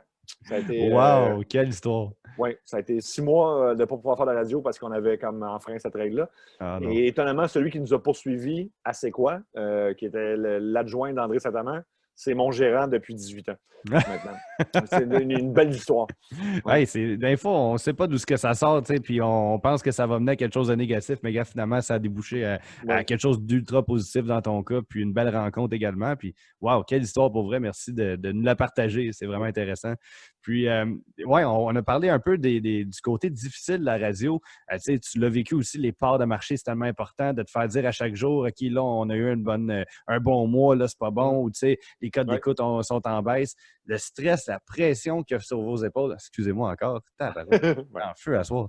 Oui, ceux qui sont juste à l'auditoire présentement et non visuels, j'ai un chat qui fait des scènes depuis tantôt. Oui, donc, c'est ça, on a parlé un peu du côté de la radio qui est très difficile. Comment toi, tu l'as vécu dans ta carrière, ce côté-là? Est-ce que c'est quelque chose qui t'a stressé aussi? Parce que, on le sait que tu as quand même disparu des ondes pendant quelques années pour revenir par après. Est-ce que ça t'a un peu fait peur à ton retour de dire « Ouais, je me retape-tu vraiment ça, cette pression-là, ou c'est comme une drogue, dans le fond, que tu peux pas te passer? » Ben, pour répondre à ta question, oui, tout le monde est stressé. C'est normal parce que tu dépends des codes d'écoute, puis tu dépends de tout ça. Puis en même temps, je te dirais que moi, j'étais relativement chanceux au sens que quand ça a été fini avec C'est quoi à Montréal, c'était d'une entente commune parce qu'on avait un contrat pour un show de TV, puis on s'entendait plus avec les patrons sur la direction à donner au show. C'était vraiment ça parce que, écoute, c'était là, à un moment donné, puis, en radio, là, je pense que dans les 2 dernières années, à ce moment-là, là, ils changeaient de public cible. Là, c'était comme on vise le gars de tel âge. Après ça, c'était. Et là, à un moment donné, nous annoncent, on vise la femme de 39 ans. OK, parfait. À ce moment-là, moi, j'ai 28, whatever. Puis on fait un show qui s'appelle les Justiciers masqués. Puis là, c'est comme, bon, la femme de 39 ans, je ne suis pas sûr qu'elle va aimer ça. Puis étonnamment, on a fini avec des meilleurs sondages que d'autres shows. Puis je nommerai pas de nom, là, mais il y avait des gens dans la grille qui sont à TVA, mettons, là, qui plaisent vraiment à la femme de 39 ans. Et on a eu un meilleur score là-dedans, sauf que la décision était déjà prise. Puis je te cacherai pas qu'on l'a regretté dans le sens qu'on a fait comme, OK, on n'aurait jamais dû prendre un contrat de TV là, puis quitter la radio pour ça parce que ça a été une année d'enfer à TV. Puis après ça, on a eu, il y a eu genre une couple de mois de flottement avant d'aller à Québec. Mais, j'ai jamais vécu vraiment de situation où on me dit genre, t'es congédié ou quoi que ce soit. Là. Ouais. Quasiment tout le monde à la radio le vécu. À part à la télé. À part ça, oui, là-dessus, mais ça a été le plus grand soulagement de ma vie. Mais c'est ça. Ouais, dans ton cas, ça a été bon. J'étais tellement content. Mais c'est ça. Pour ce qui est de la radio, ben, tu vis avec ça tous les jours. Tu le sais. Là, tu sais qu'à un moment donné, ça va être ton tour. Puis tout le monde est au courant. Je trouve que c'est des fois très mal fait, par exemple. Il y a beaucoup de cas où, moi, justement, par rapport à C'est quoi, comme c'était une entente commune, on a pu faire un show même plusieurs shows d'adieu, entre guillemets.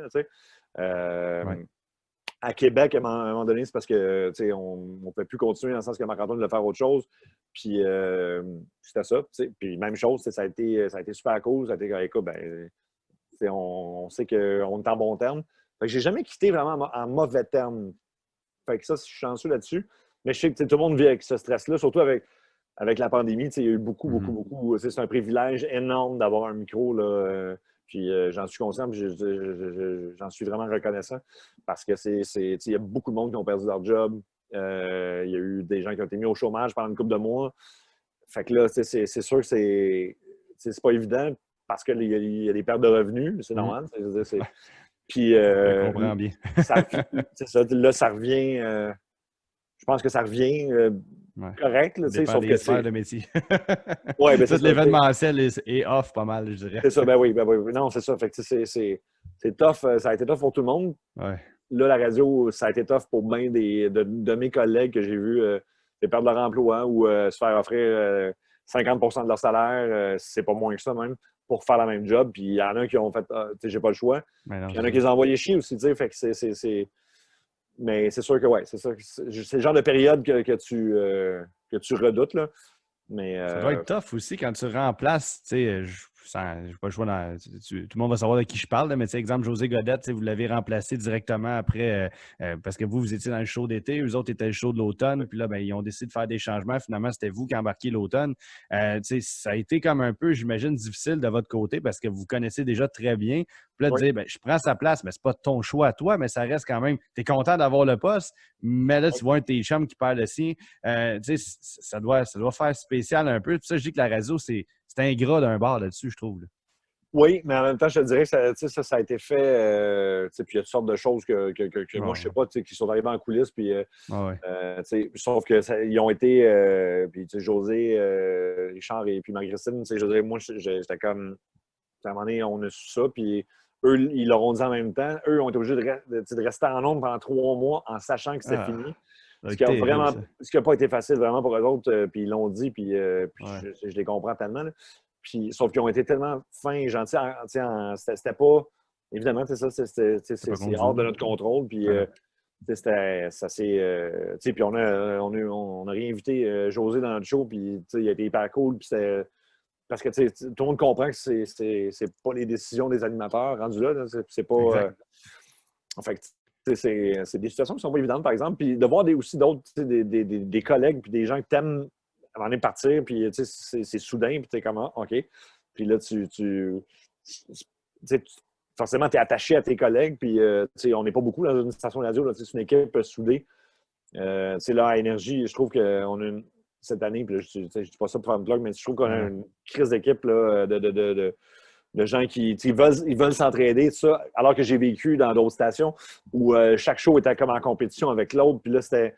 Là, tu te dis, voyons, on n'est pas en compétition à l'interne. Il faut essayer de s'aider. Pourquoi on se nuirait d'un show à l'autre à l'interne quand, justement, c'est une job qui tient à un fil, là, quasiment. Fait que je suis content que ça ne soit pas cette situation-là. Puis en fait, ça m'encourage beaucoup pour l'avenir. Ben oui, vous avez une belle programmation aussi cet automne. J'ai été très, très heureux également d'apprendre le retour de Philippe Bande avec Pierre Pagé sur l'heure du midi. Pour vrai, c'est rafraîchissant, même si c'est du vieux qu'on remet. Mais dans mon cas, ça fait au moins 8 ans que j'attends ce retour-là. Ça a été incroyable comme duo à radio. Puis on parlait de chimie tantôt. Là, ça a pris 10 secondes, la chimie est revenue. Ces deux-là devaient refaire la radio ensemble. Puis je suis vraiment content que ça se passe à Énergie en plus. Ça aurait fait bizarre à c'est quoi, mais ça fait vraiment du bien que ça se produise. mais en fait, la chimie, elle n'est jamais partie dans le sens que c'est des gars qui sont amis dans la vie. Exact. C'est un peu. C'est la même chose pour nous autres avec Marc-Claude et Max. On se voit en dehors du show.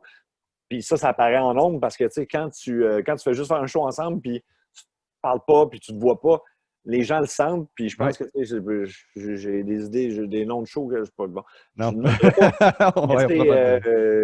Oui, c'est moins évident, disons, je veux dire.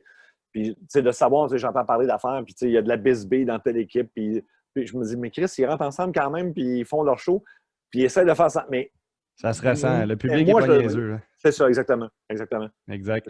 Écoute, le monde de la radio est fascinant. C'est pour ça que j'ai décidé de faire une semaine spéciale, en fait 2 semaines spéciales radio et de te recevoir comme premier invité. Mais là, il faut que je fasse une petite pause radio parce que là, je vois l'heure qui défile puis tu n'auras pas soupé, pauvre toi. Mais il faut, moi non plus, mais je veux vraiment que tu soupes. Et puis, il faut qu'on parle de ton documentaire, en fait, en premier, puis on va parler de ton livre en terminant. Le documentaire, en fait, sur la vie de Raymond Boulanger. Qu'est-ce qui a mené à créer ce documentaire-là et de le sortir sur Crave également, quand on pense à peut-être le sortir via la télé traditionnelle. Parle-nous un peu de tout ce processus-là. Écoute, c'est une histoire assez fuckée. Je me suis retrouvé il y a 4 ans dans un souper au restaurant qui s'appelle Les Trois Tilleuls. Je pense que ça a fermé récemment. C'est Michel Barrette qui a ça, quelqu'un d'autre. Et puis, donc, des amis de plein de gangs différentes. Fait que, à un moment donné, on prend un verre, on s'assoit, ça donne que quelqu'un me dit, sais-tu à côté de qui tu étais assis? Moi, je vois un monsieur, certain âge, j'ai aucune idée. Il dit, la personne m'a dit, Google Raymond Boulanger. Google, et je fais comme, oh! OK, tu sais, genre... Quel CV. OK, c'est de la biographie de... Tu sais, c'est ça, c'est le plus gros trafiquant de l'histoire du Québec, 4 tonnes de cocaïne. Il s'est fait pogner, mais pas vraiment, dans le sens qu'il a livré, mais c'est la légende de l'aventure. Fait que l'histoire est fascinante. Et écoute, je me suis reviré de bande, j'ai dérangé le monsieur, là. J'ai vraiment... Ben, en fait, j'ai été très poli parce que on fait attention avec des Ouais. narcotrafiquants. Et puis, Ouais, c'est ça. j'ai dit, On est-ce lui que donne je pas de peux... bin sur l'épaule. Là. Non, non, non, non. J'ai dit, je peux te poser une couple de questions. Finalement, ça a duré 4 heures. Écoute, où moi, je faisais juste y parler. Puis, écoute, c'était une question après l'autre. Il y avait de la jasette, hein, monsieur? Oui, puis j'avais beaucoup de questions. Je te dirais, Ben oui. je voulais tout savoir. Puis, à partir de là, Marc-Antoine était présent aussi. Là, on se présente, ça. Puis là, j'ai dit, ben, il faut faire de quoi avec ça. Il y a eu un livre. Puis, le livre est super bon. Mais j'ai dit, mais il faut soit faire une série de fiction. Puis, ça a parti avec l'idée au début d'une série de fiction qui a été achetée par une productrice super connue. Que, bon, je suis une productrice connue, fait que tu peux t'en douter, du nom. Ouais. Mettons. Et puis, j'oserais pas nommer, mais ouais. Une dame. exact. En tout cas, ouais. On sait de qui on parle. Puis elle, tu vois, est allée chercher la moitié du financement de Sony en Colombie. Fait que ça coûtait 1,5 million par épisode. Fait qu'elle est allée chercher 750 000 en Colombie, mais là, il fallait que quelqu'un accote au Québec et c'est ce qui n'est pas arrivé. Puis c'est plate, mais en même temps, c'est cool parce que là, c'est devenu un documentaire. Puis moi, je voulais que ce ne soit pas un documentaire qu'un narrateur, là, comme on voit traditionnellement. Ouais, c'est ça. On est allé voir Canal D, puis on a dit, il n'y aura pas de narrateur, c'est lui qui va se raconter, on va le laisser parler. Canal D, pas de narrateur, c'est pas mal tout avec des narrateurs. Oui, écoute, c'est la première fois que je pense qu'il y a une série comme ça, parce que ça va être diffusé là, évidemment, en janvier. Ils ont décidé de le mettre sur Crave parce qu'ils ont vu qu'il y avait un engouement. Puis, écoute, c'est mieux que ce que je pouvais espérer. Là. Écoute, je t'enverrai un lien secret, si tu veux. Tu pourras le voir. Je n'ai pas le droit de faire ça. Non, mais je t'enverrai un lien. Puis tu vas savoir ben écoute, merci beaucoup parce que je trouve ça plate. Je vais faire une parenthèse. Il faut que je le dise dans le podcast, là, mais la maudite guerre entre Vidéotron et Bell, je ne veux pas que tu embarques là-dedans parce que, tu sais, Énergie, Bell, on connaît les liens, mais je trouve ça un peu plate parce que c'est les auditeurs qui payent pour. Parce que si je pourrais dire, je comprends que Bell n'a jamais eu de club illico, là, mais ça fait longtemps qu'on dit qu'il y aurait besoin de quelque chose d'équivalent. Crave apporte un peu ce côté-là et c'est de bonne guerre dans le sens, je pourrais dire, ben, la personne qui a le goût d'aller écouter de telle série ben, va se désabonner Vidéotron pour aller avec Bell. Je pense que c'est ça le but initialement. Par contre, tu prends un peu en otage les auditeurs en faisant ça. Et puis là, de ne plus avoir super écran également sur demande sur Vidéotron, ben, je trouve ça dommage parce que c'est les auditeurs qui voudraient écouter votre documentaire qui pourront l'écouter à Canal D en janvier, comme tu disais, tant mieux. Mais en même temps, je trouve ça un peu dommage parce que ça ne reflètera pas exactement les vrais codes d'écoute que vous auriez eu peut-être si c'était en grande primeur, exemple, à TVA aujourd'hui, ce soir. Oui, mais écoute, c'est un truc compliqué que je t'avoue que j'ai de la misère à suivre parce que dans ma tête, tout devrait être disponible sur n'importe quelle plateforme. C'est notre avantage d'avoir de rendre Crave, Netflix, Club Illico, peu importe, comme ça, tous les créateurs sont avantagés et les gens et les téléspectateurs sont avantagés, sauf que écoute, c'est ça. C'est quelque chose que moi, je comprends pas trop puis contrôle pas, mais ce que je sais, c'est que ça, écoute, ça marche beaucoup là, sur Crave. Ah oui. C'est excellent. Vous êtes numéro 1 en ce moment. Félicitations. Pour vrai, ça a l'air d'un franc succès. J'ai très hâte de voir ce documentaire-là. J'ai vu des extraits, j'ai écouté ton entrevue à Énergie. Ça donne le goût. Le gars, écoute, sur le coup, je me suis dit, aïe, c'est impossible. Le gars, c'est sûr qu'il bullshit. C'est impossible. C'est la première chose qui m'est venue en tête. C'est digne d'un film hollywoodien. C'est fou. Ça n'a pas de sens. Puis, tu sais, il y a un film avec Tom Cruise qui s'appelle American Made. Je m'en allais justement t'en parler. Je l'ai écouté. C'est exactement ça. Ben, tu sais, Raymond Boulanger, il a engagé Barry Seal, qui est le personnage de Tom Cruise, dans la vie. Fait que, oui, non, c'est. Je l'ai en arrière de moi, d'ailleurs, ce film-là. Il est très, très bon. Hein. Ben, c'est ça. Mais, tu sais, c'est un peu la même histoire. Mais, tu sais, Raymond Boulanger, il était vraiment. Tu sais, c'est un gars, oui, qui raconte, puis c'est un conteur, puis il y a des gens qui nous ont dit il beurre épais. Mais en même temps, on a tout contre-vérifié. Toutes les informations sont là. Il y a des journalistes qui sont là. Tu as Normand Lester dans le documentaire. Tu as plein de journalistes d'enquête. Puis c'est tout vrai. C'est ça qui est l'affaire. C'est le coup, t'as dû passer par la tête, toi aussi, de dire c'est impossible, le gars, on va contre-vérifier pour être sûr. Ben, ça n'a aucun sens. Oui, parce que tu sais, le gars a travaillé pour la CIA. Puis là, il raconte qu'il transportait de la coke pour la CIA. Moi, ça, je n'étais pas au courant que la CIA, mais ils ont été pognés, puis c'est documenté. Si tu fais des. Ben, justement, en fait, pas dans ce film-là, je parle d'un autre film, là, mais le journaliste qui a sorti l'histoire à l'époque, et je me souviens plus du nom du film, je suis désolé, mais ce journaliste-là qui a sorti le fait que la CIA faisait rentrer de la coke aux États-Unis pour payer leur guerre ailleurs, pour pas que ce soit directement le gouvernement américain, puis qui ont, dans le fond, rendu accro des millions de personnes à la coke. Ça a été prouvé. Je ne veux pas dire faites vos recherches parce que je vais avoir l'air de quelqu'un qui veut. Je ne suis pas Lucie Laurier. Mais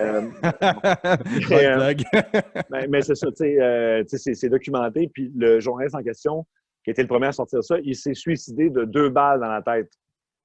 2 balles dans la tête. C'est bizarre, hein? Oui. Il vide sa gâchette. Il y a un talent quelconque que personne d'autre a, mais en tout cas, bref, c'est une histoire qu'on voulait compter, puis là, ça a été l'aboutissement de 2 ans de travail puis on est très heureux du résultat. C'est vraiment cool. Écoute, vous n'êtes pas peu heureux parce que j'aurais eu peur d'avoir une petite visite ou un colis suspect dans mon entrée en arrivant chez nous, mais en même temps, surtout plus pour lui, ça reste que, comme il disait dans l'entrevue, il a peur de rien, ça se ressent. Par contre, à l'âge qu'il est rendu, peut-être ça l'aide aussi, mais en même temps, c'est quand même stressant de dire que peut-être ta famille, quelqu'un pourrait s'en prendre à toi. Ça reste qu'il dévoile beaucoup d'informations qui sont choquantes pour certains, sûrement, j'imagine. Absolument, vraiment. Mais sauf que c'est un gars qui s'en est toujours foutu, puis qui s'en fout toujours. Puis, oui, effectivement, là, il est rendu à 72 ans. C'est un gars qui a un cancer qui est incurable, mais qu'en même temps, ça ne veut pas dire, c'est traitable, mais c'est un traitement expérimental. Il y en a peut-être encore pour 10 ans. Sauf qu'il s'en fout. C'est vraiment lui, c'était un peu son testament, dont justement, il y a 2 enfants avec qui il a été absent forcément, 23 ans de prison. T'es pas trop là. Bon, 2 évasions, évidemment. Là, c'est ça, ouais, j'ai entendu ça à la radio, 2 évasions de prison. Incroyable. Il n'y a rien qui est ordinaire avec lui, mais non, c'est. Puis écoute, moi, c'est weird parce que c'est comme rendu un ami. J'ai passé des centaines d'heures avec lui depuis les 4 dernières années. Il m'a sauvé la vie également. Ça, c'est l'autre affaire. Ah ouais. J'ai un accident de sidou quand même assez grave l'été passé. Où, écoute, mais j'ai souvent des accidents, fait que c'est pas. Ça là, c'était pogner une vague, mais tu sais, 50 pieds plus loin, la veste de sauvetage qui débarque, tout. 2 côtes cassées, et là, je suis dans l'eau, puis je veux remonter. Je te jure, c'est une scène de film. Il y a un bras, je sens un bras dans l'eau, et c'est lui qui me sort de l'eau. On était dans la même gang d'amis, dans le même chalet, mais tu sais, je fais comme, OK. Là, moi, je vois l'enfant, je fais comme, OK, il a 72 ans, il me sort de l'eau. Puis c'est le gars des cartels de Colombie puis qui travaille avec Pablo Escobar. C'est juste fucké, mais anyway. Wow, quelle histoire. Ben oui, c'est ça. Pour ceux qui se le demandent, l'histoire est vraiment fascinante. Là, on parle d'un Québécois qui a réussi, je ne sais pas dire réussi, là, mais qui a fait entrer de la drogue sans, pas sans le vouloir. C'était volontaire. Là, il savait ce qu'il faisait. C'était très volontaire. Il l'assume très bien. C'est un pilote, puis il réussit à rentrer beaucoup de kilos de cocaïne. Mais pour la CIA, puis également pour Pablo Escobar, on connaît très bien Pablo Escobar, même ici, pour de nombreuses séries également sont disponibles sur Netflix, ceux qui veulent voir. Mais c'est assez spectaculaire qu'un Québécois a fait ça pendant toutes ces années-là. S'est fait prendre, a purgé sa peine, s'est évadé. Malheureusement, s'est fait reprendre. Bref, il y a toutes sortes d'histoires qui est arrivées avec ce gars-là qui est fascinant. Si vous voulez écouter ça, disponible sur Crave. Vraiment un bon documentaire que je vous suggère parce que j'ai hâte de l'écouter également. Et puis, on va terminer l'entrevue, Sébastien, parce que j'ai hâte de te laisser aller souper, mais il faut qu'on parle de ton livre qui va... ouais, 2 fois je le dis, j'imagine que tu as faim. Puis, c'est ça, tu es l'auteur d'un livre qui va paraître et que je vais me procurer dès sa sortie, qui est toujours prévu en octobre 2020, juste comme ça? C'était prévu en avril à la base, mais là, ça a été en octobre. Mais oui, écoute, 14 octobre, je pense, si je ne me trompe pas. Parfait. 14 octobre, allez voir tous les grands libraires du Québec pour vous procurer, en fait, à micro fermé, les folles histoires de la radio FM. Écoutez, on sait que tu es très bien placé pour parler de la radio FM. Également, ton père, j'imagine, qui t'a placé des bonnes histoires également là-dedans, même si lui, c'était plus le AM, en fait. C'est sûr que ça a dû aider comme inspiration dans toute cette belle aventure. Qu'est-ce qui a fait que tu as désiré, en fait, écrire un livre sur la radio FM? Écoute, dans le fond, c'est vraiment un livre d'anecdotes. C'est pas un livre d'histoire. Je voulais rien savoir de ça. C'est en jasant avec Guy Aubry, avec qui je travaillais. Guy Aubry, qui a été une légende de la radio FM, en fait, dès le départ. Là, il a fait, c'est lui qui a dans les débuts de C'est quoi, puis même chose pour Énergie, il a fait les deux. Michel W. Duguay. En jasant avec ces deux gars-là dans un party, ils commencent en fait, ils se comptent des histoires entre eux autres, puis moi, je suis genre entre les deux, puis je suis comme, OK, ça n'a pas de sens, ça n'a pas de sens, ça n'a pas de Faut sens. que je note ça. Je les regarde se relancer, puis je suis comme, mais ça n'a pas de bon sens. Puis, tu sais, c'est sans lien avec Raymond Boulanger, mais disons que je travaillais là-dessus en même temps. Puis là, il comptait des histoires justement disons que c'était, c'est plus que plus libre, là. C'était des histoires de les animateurs qui sont payés cash dans les bars, payés en drogue. Après ça, des orgies la en radio studio. des années 80, là, c'était quelque chose de 70. Là. Oh, mais puis c'est plus intense qu'on pense. Là, parce que là, j'ai parlé, là, je me suis dit, bon, OK, je vais faire des entrevues avec eux autres, juste pour voir s'il y a le stock. Là, après ça, Mario Lirette, écoute, là, j'ai fait, OK, là, on a quelque chose. Je tiens de quoi. Ouais.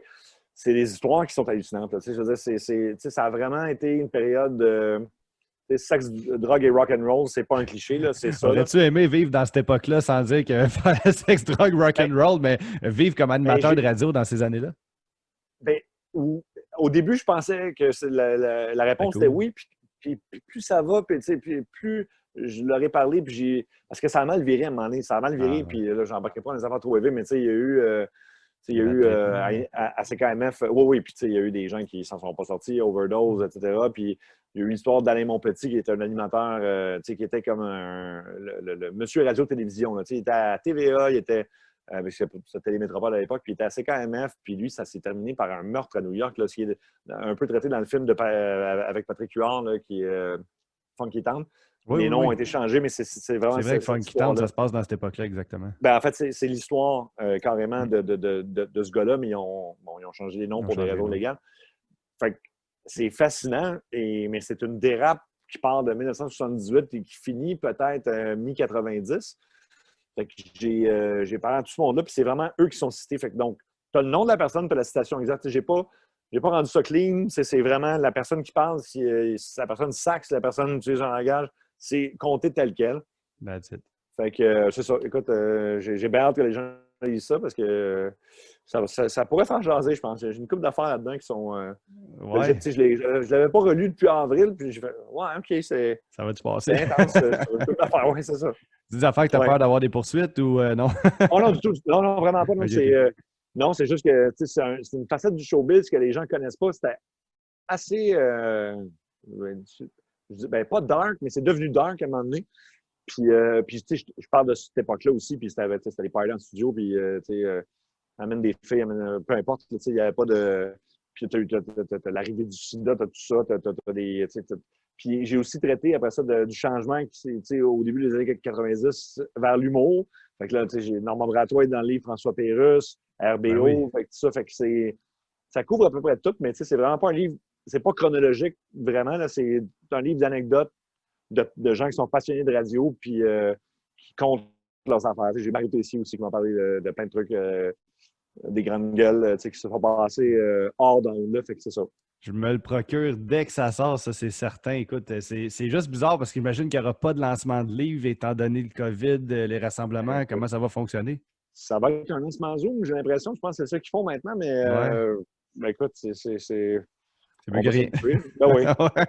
C'est ça. C'est bizarre, on n'a pas le choix, il faut continuer à vivre. On ne sait pas combien de temps que ça va être comme ça. Puis en même temps, ben, si c'est la nouvelle réalité que veux-tu, ça sera ça notre monde. Pas le choix, pas le choix. Pas le choix. Ben, écoute, je te souhaite sincèrement un franc succès pour la sortie du livre et pour les ventes également. Je vais suggérer, je vais mettre le lien également sur la page du podcast dès que ça va sortir. Je vais l'avoir dans ma main en plus. Je vais t'en faire une présentation dans un intro du podcast qui va être disponible cette semaine-là. Puis, si ça peut aider aux ventes et à faire connaître, tant mieux, ça va me faire plaisir. Ben, c'est bien apprécié, Antoine. Merci beaucoup. Merci beaucoup. Tant mieux. Très Écoute, cool. je pense qu'il y en a un qui a hâte que je ne sais pas trop quoi, là, j'aille donner à manger ou quoi que ce soit. Il veut souper. Oui, il veut souper, lui, avec. Écoutez, je vais te laisser, en fait, là-dessus aller souper, d'ailleurs. Et puis, je te remercie énormément, Sébastien, d'avoir participé à cet épisode-là. Ça a été vraiment, écoute, on en aurait pendant 3 heures à jaser de toutes sortes de sujets, des anecdotes de radio, comme tu en as sûrement plusieurs à raconter. Mais, écoute, ça a été génial. J'apprécie tout ce que tu nous as donné. Très généreux. Merci énormément. Ben, t'es bien gentil. Merci de l'invitation. Ben écoute, c'est la moindre des choses. Et puis, je vous souhaite une excellente semaine sur les ondes du Made in Québec podcast pour un autre épisode dans la semaine spéciale radio. Et puis, je vais laisser le chat quitter sur cette conclusion. Alors, merci beaucoup à tous et puis à la prochaine.